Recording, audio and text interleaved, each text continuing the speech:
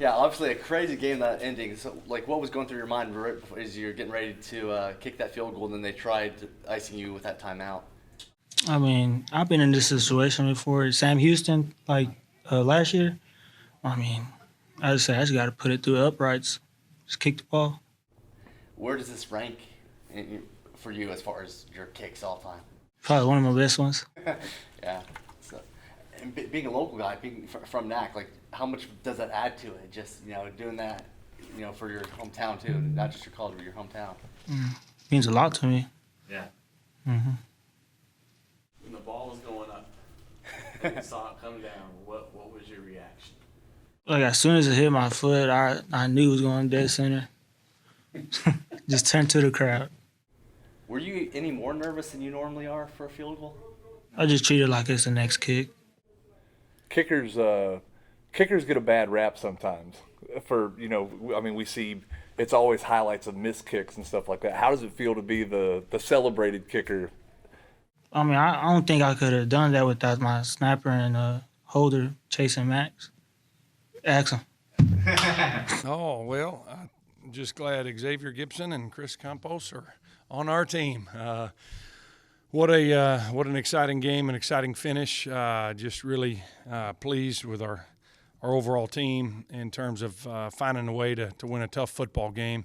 Is a good team win. We didn't play as clean as I'd like to. We played really clean the first quarter, and then the last three quarters were a dogfight and some plays we'd like to have back there, some third downs on defense and some turnovers on offense. But really pleased just with the fight with these guys and not letting what happened last week cost them twice. And that's what we did last year is we let a tough loss beat us twice, and these guys found a way to beat a good ACU team. I mean, those guys are 4-1 for a reason. Their only loss was 17-point loss to Missouri in the SEC.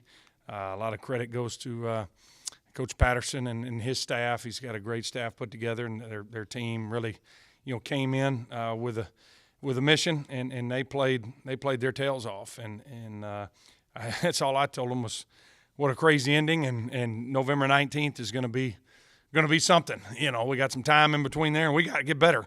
And that's on us as coaches. But just a really back and forth game, and had some injuries out there. Hate to see that, but we'll assess the damage tomorrow and then go back to work and get ready for Tarleton State. But really pleased with the way it ended. Exciting finish, and excited for these Lumberjacks to be able to celebrate a tough, hard-fought win, 12 in a row here at home, which is big, and I think third longest winning streak in the country. And so tough to beat at home, and found that out today, even though we didn't play our best. But really happy with the win.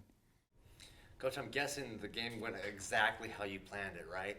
Well, there was a second and down and 3 there in the second quarter that didn't go right. But, it went exactly as planned for the first quarter, and then wheels fell off. Well, I was about to ask you about that, actually, the first quarter, because it seemed to be going so smooth. Like, what happened in order for them for ACU to kind of sneak back into it? Well, I think we had some opportunities to put them away, and we didn't.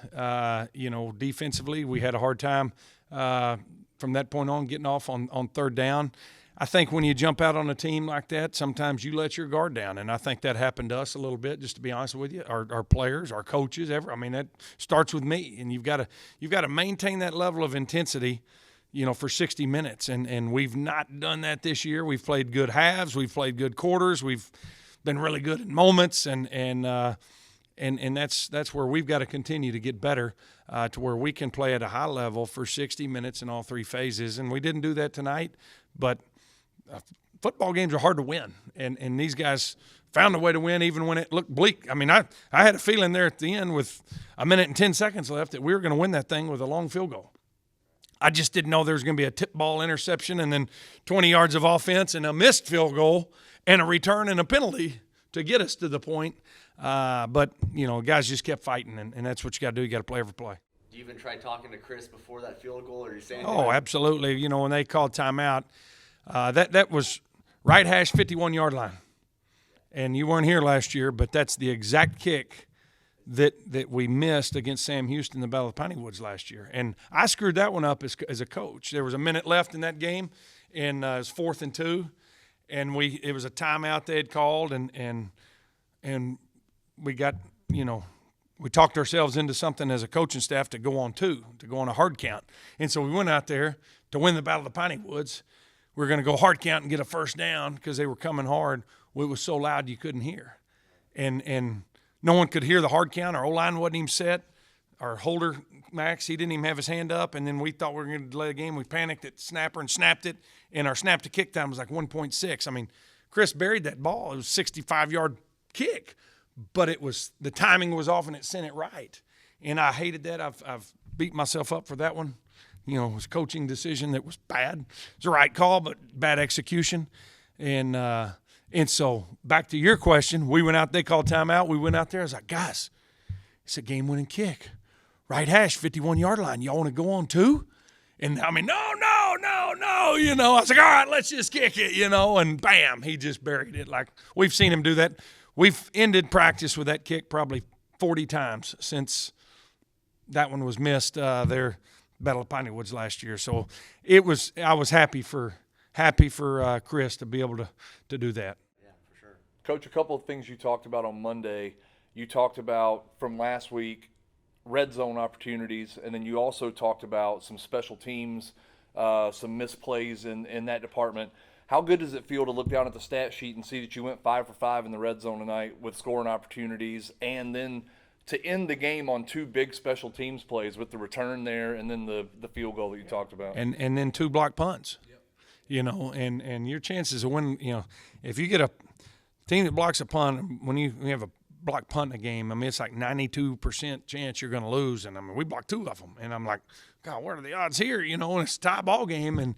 But back to your question, it was good to see them. I mean, obviously we cowboyed up on special teams. That was our motto all week, and our special teams coordinator, Nick Nelson, did a great job. He come in here in hats and a boot and a big old leather jacket every special teams meeting, because we lost that game last week on special teams, and they played really well, had some good coverages, 2 block kicks, and then a good kick return. And then obviously the special teams there at the end with the we call it Auburn return. I mean, it's something we practice every single week, and we called the timeout to get it set up. And they didn't see him going back there till the very end, and I think they had a timeout left, but they didn't call it, and so we were able to get a great return on it. And he was cutting that sucker back, and I think would have scored, but he got horse collared, and it was the right call there, and put us right in field goal range, and so fitting into a really exciting football game. The other thing that jumps off the sheet at me, 64 offensive plays for you guys versus 90. Do you think stuff like that's overrated sometimes? Like when you look at a stat sheet and see that, or do you think there's really something to that you guys will sit down and look at this week and try to figure out, like, hey, how do we control the ball a little bit more and keep time of possession in our favor? Time possession's a funny stat. A lot of people will put a lot into it, and a lot of it goes if you can run the football. And there's some of the best offenses in the country or in college football have the worst time possession. It's about being efficient, yards per play, and then finishing drives. And I thought we were able to do that tonight. Sans 2 turnovers, and those hurt us.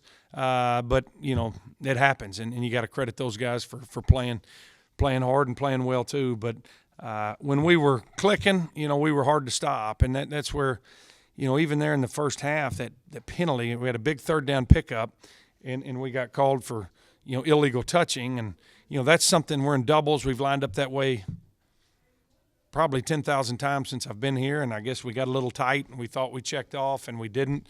And so, those are the kind of mistakes that we've got to get corrected and be more efficient to where if you're in a shootout like this, that we've got to be able to, capitalize and keep drives alive and score every drive if you have to. I mean, like I say, each game, each week's going to be a little bit different. These guys did a really good job. That's what we're going to have to go back and look at our 3rd down defense and what happened. Our pass rush wasn't there tonight, and our contain wasn't there. We were just running up the field and just letting them go. And so we got to get some of those things corrected. The QB run really hurt us. He rushed for, like I say, 60 yards, and that can't happen. Talk about Campos. Like, does he have ice in his veins? He's a very mellow, dry human being, and I play pool with him down here in the Players Lounge all the time, and I mean, you can rib him and he'll rib you. He's just got a very, very dry sense of humor. And, you know, back to the story of about the Piney Woods last year, you know, I went up to him the next day and just apologized. I bet I've apologized to him 10 times, you know, but really right there after that game was over. And it's okay, Coach. It happens for a reason, and we'll be better next time. You know, I mean, he's just – I've never met a kicker, you know, that's so even keel and non-emotional and just mature and just goes out there and goes to work. And he's gotten better each and every year since he's been here. And, you know, he's a team favorite just because he is kind of a dry – he's hilarious, but he just – I'm sure he didn't say 2 words up here in the press conference, but he's a great one, and I'm glad he's kicking for the Lumberjacks. All right, thank y'all. Axe 'em.